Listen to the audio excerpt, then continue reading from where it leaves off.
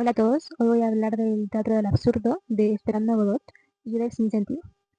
Esperando a Godot es uno de mis libros favoritos, así que espero poder decir todo lo que quiero decir. ¿Cómo conseguiríamos la realidad si nos despojáramos de todas las estructuras convencionales, lógicas, lingüísticas y sistemáticas? Entendiendo también que el lenguaje es una herramienta que utilizamos para comunicarnos, pero que sin ella seríamos seres totalmente incomunicados entre sí. ¿Cómo es ese mundo prelógico, anterior a las estructuras racionales? Si el lenguaje organiza el caos, ¿cómo podemos acceder a ese mundo prelógico o primario? ¿No sería una buena forma haciéndolo a través de hacer que ese mismo lenguaje sea caos? El ser humano puede describirse como una especie que está mediada por el pensamiento racional y estructuras sistemáticas y sociales, pero que en su verdadera naturaleza posee una condición que es enigmáticamente desconocida. Las personas modernas ignoramos esta condición inicial o primaria porque no nos encontramos inmersos en la racionalidad. El ser humano moderno experimenta la realidad de una manera artificial, consumista, acostumbrada a la velocidad, a la instantaneidad, sin detenerse a reflexionar sobre su condición. Entonces, el teatro del absurdo es un intento por hacer consciente al espectador de esta precaria y misteriosa situación. Las obras del teatro del absurdo son obras que poseen esta característica de exponer al ser humano, desnudo de convenciones y sentido, a la realidad de su cruda existencia. ¿Pero de qué trata Esperando a Godot? Esperando a Godot es una obra de teatro escrita por Samuel Beckett, Premio Nobel de Literatura 1969, y contiene dos actos. Es célebremente también llamada tragicomedia en dos actos. Tanto el primer como el segundo acto empiezan de la misma forma. Vladimir y Estrabón, dos personajes vagabundos con las ropas resquebrajadas, se encuentran o reencuentran bajo un árbol con el propósito de esperar a Godot, un personaje que nunca aparece. En el segundo acto ocurre casi lo mismo, con leves cambios en la escenografía.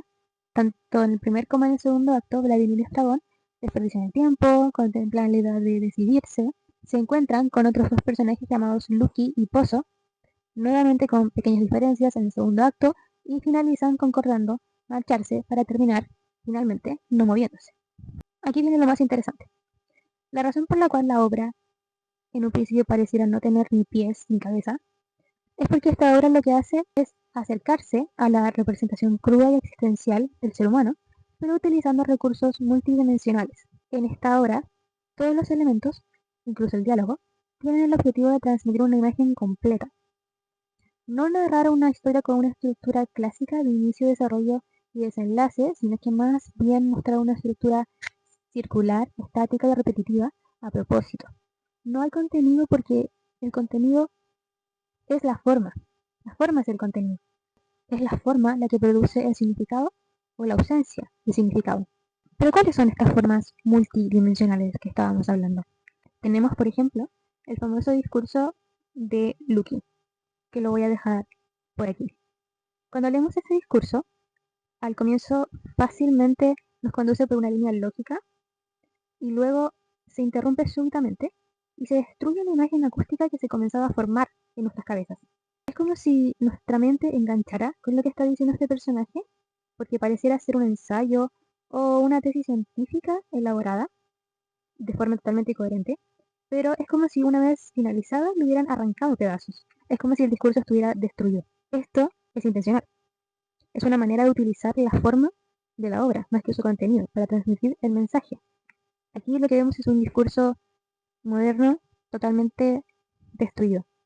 Esto tiene la intención de demostrar o representar una caída de la lógica hacia un balbuceo preestructural y prelógico.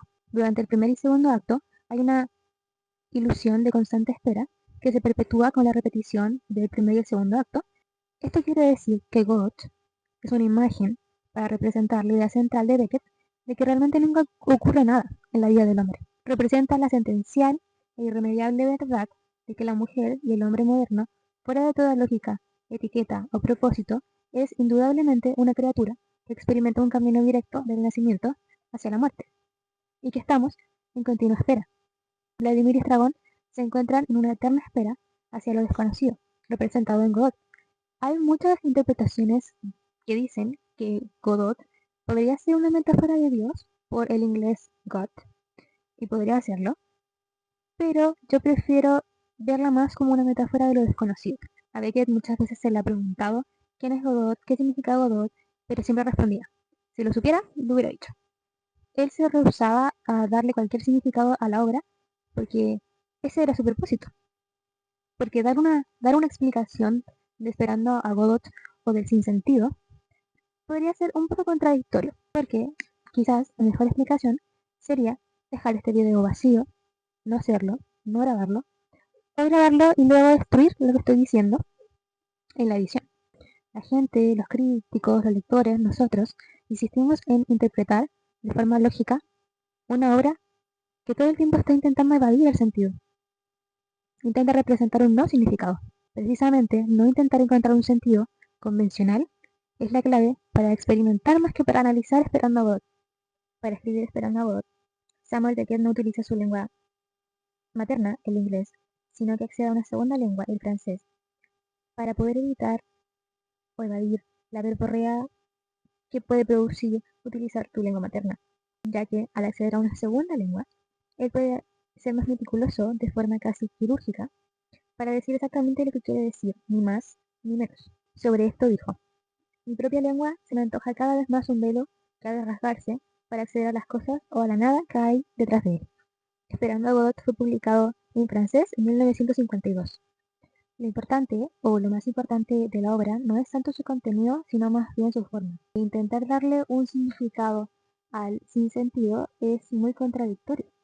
Entonces, la obra no se entiende, se experimenta. ¿Es el absurdo ausencia de verdad o es la revelación de una verdad que no es posible a través de la lógica?